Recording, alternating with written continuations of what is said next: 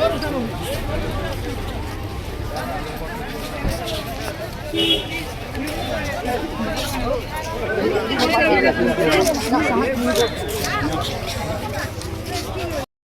আছো জ্যোতি বিষ্ণু সম্বন্ধৰ ক্ষেত্ৰত আৰু মোৰ লগত আছে জানুদাই ক'ব বাকী।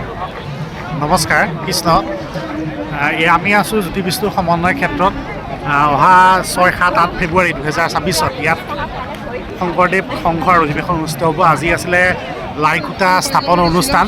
আমি সকলো ভক্তবান ৰাইজক অহা ফেব্ৰুৱাৰী 2026 চনৰ ফেব্ৰুৱাৰী 6, 7, 8 তাৰিখে আমাৰ ঢলাইবিলৰ জ্যোতি বিষ্ণু সমন্বয় ক্ষেত্ৰলৈ আদৰণি জনাইছোঁ। ধন্যবাদ। সকলো আহিব আৰু